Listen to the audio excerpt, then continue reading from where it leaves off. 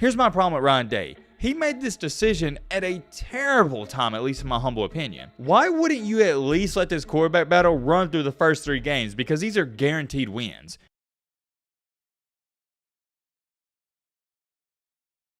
What's going on? What's going on? Okay, I have no idea why I opened up the video saying that. I never say that, but anyways, whatever. Let's just roll with it. Hope all of you are having a fantastic Wednesday. If not, hope this video can make it a little bit better. I'm excited. You know why? Because we're one day closer to Saturday, my favorite day of the week. Telling you, man, there's nothing better than waking up at 6 a.m. on a Saturday, for me at least, going on my morning run, getting my morning coffee, and watching football from 8 a.m., well, technically 11 a.m. till 1 a.m. It's awesome, man. It's awesome. But for now, at least, it's not Saturday, and we got to talk about what is going on at Little Bro State. I know it's been a minute since we talked about Little Bro State. It has been a minute, and the main reason we haven't spoken about them too much is because they're not playing any competition. And y'all know my rules. I don't talk about your team on the previews or the recaps if you're not playing competition. And they're still not going to be playing competition anytime soon until that Notre Dame game, which we'll talk about in just a second. A little foreshadowing here. In today's video, we got to talk about their quarterback situation, and I'm just going to come out and say this.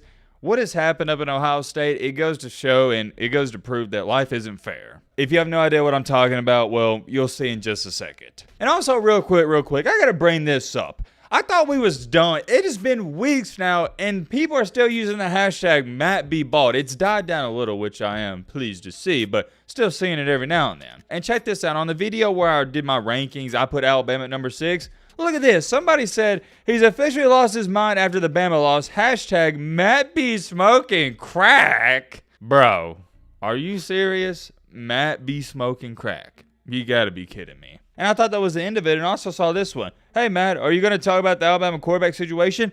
That's awesome. A great, respectable comment requesting a video. But then at the end of it, hashtag White Randy, which is cool, and hashtag Matt still bald.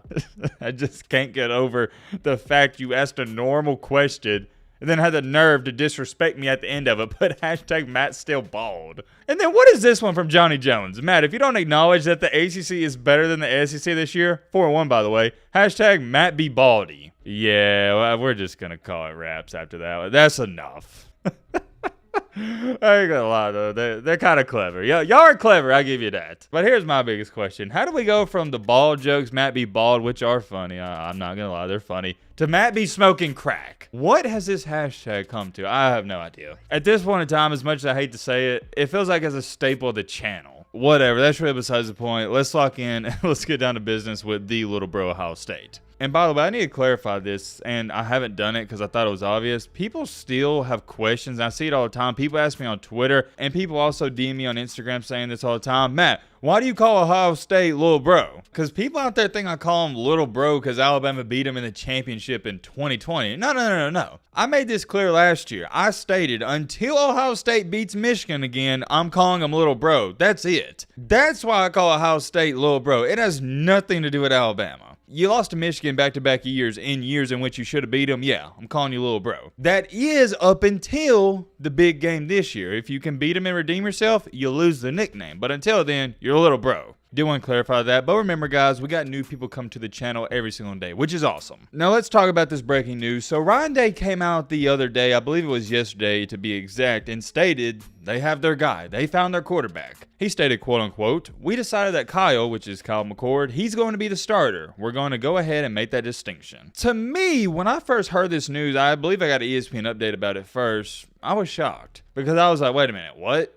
You're shutting down the quarterback battle after 2 games against cupcakes? That doesn't make any sense to me because in the offseason, the coaching staff voted on who should be the starting quarterback, and it was split down the middle 50-50. Half of the coaching staff said, hey, we want Kyle McCord to be the starter, and the other half said, hey, we want Devin Brown to be the starter. It was even. And here's why I say life isn't fair. Devin Brown didn't even get a fair shot to play in any of the first 2 games, really. Let's pull up the numbers, why not? Because I am kind of curious. So in week 1, as we saw, Ohio State looked, let's just say, I don't want to say they looked bad, but they didn't look impressive. They struggled against Indiana, and by the way, Indiana sucks. And the problem with this, for me at least, is Devin Brown, he only had 3 pass attempts in this ball game. Didn't get to play much. Kyle McCord started the game, and he pretty much played it all the way through. And I understand why you left him in because you're not worried about the quarterback situation in that game alone. You're worried about winning the game itself, and completely understand that. But my thing is, against Youngstown State, I think you should have given Devin Brown at least 70% of the snaps, or 60%. And in this ball game, it was the same story pretty much. Kyle McCord started the game. He was 14 for 20, 250 through the air, 3 touchdowns.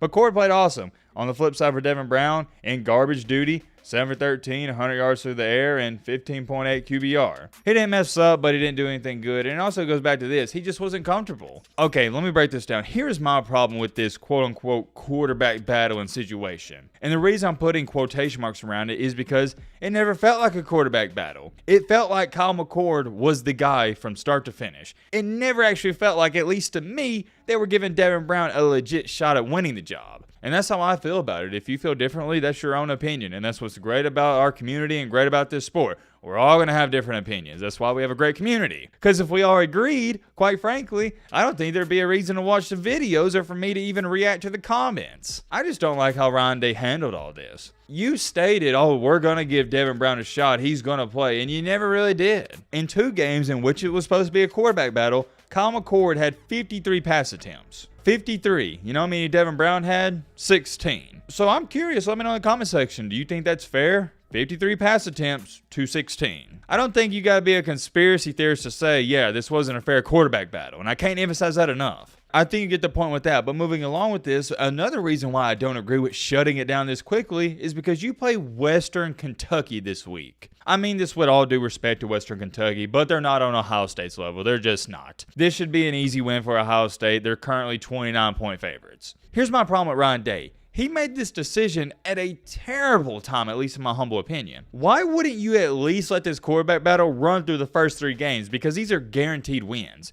And then after the Western Kentucky game, before the Notre Dame game, you shut it down. It's just stupid to me also because, okay, you're shutting down the quarterback battle. Well, what if Kyle McCord goes out here against Western Kentucky and he doesn't look good? What if Kyle McCord goes out here against Notre Dame in the first half and he struggles? Then what are you going to do? You see what I'm saying? It just seems a little premature to do what he did. You want my honest take on it? I feel like Ryan Day always wanted Kyle McCord to be the starter. And I'm not saying there's anything wrong with that, but I'm getting the vibe and feel that they led on Devin Brown. I think Ryan Day knew in the offseason Kyle McCord was going to be his guy. And it's almost like they didn't want to tell Devin Brown he wouldn't be the guy just so he'd stay on the team. And that sucks. It reminds me of Bryant, the legendary coach for Alabama. He used to do this crazy tactic, and I'm sure some of you may have or may not have heard of this. Back in the day when Paul Bryant was the coach for Alabama, there wasn't this scholarship limit. Essentially meaning you could have 400 players on your team if you wanted. There was unlimited scholarships. So you know what Bear Bryant would do? Bear Bryant would recruit players he had no intent of starting just so they wouldn't go to Auburn or Florida because he didn't want to play against them. I'm not saying Ryan Day was thinking that far ahead, but it just reminded me of that story and situation. I just feel so bad for the Devin Brown kid because I don't think he had a chance to even win this job, even if he played great. And not to take anything away from Kyle McCord because I think he's going to do an A-OK job. He looks pretty good. But here's my big question, and Ohio State fans, please fill me in the comment section. What do you think about this? This Saturday, you're probably going to have an easy win. Kyle McCord, he's going to go 15 for 22, 275 yards, a couple of touchdowns. It's going to be a breeze, or at least that's what I anticipate to happen.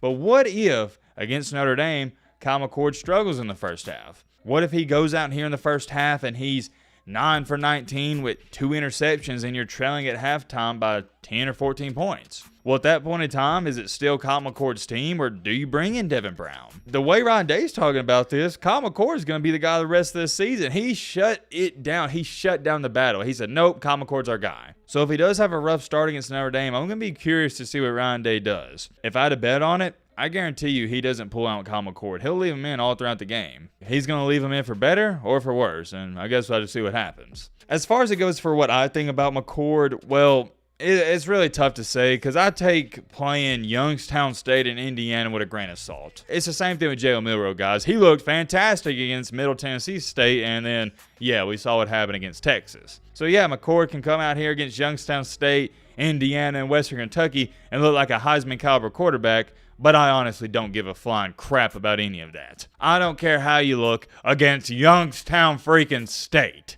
What I care about is how you look against the Notre Dames, the Alabamas and Georgias of the world, and Well, I guess I shouldn't put Alabama in that conversation. No, they're still in the conversation. Who am I kidding? But you get what I'm trying to say. I care what you do against the big boys. I don't care what you do against the little boys. Because anybody can look good against mediocre or terrible competition. However, I will say I have liked what I've seen out of McCord up until this point. For me, at least, it's really hard to evaluate a guy until he plays top 25 competition. So that's where I stand on it. I think he can be good, but I don't know. We'll see what happens. We'll see. Let me know your thoughts down below. But, Roman,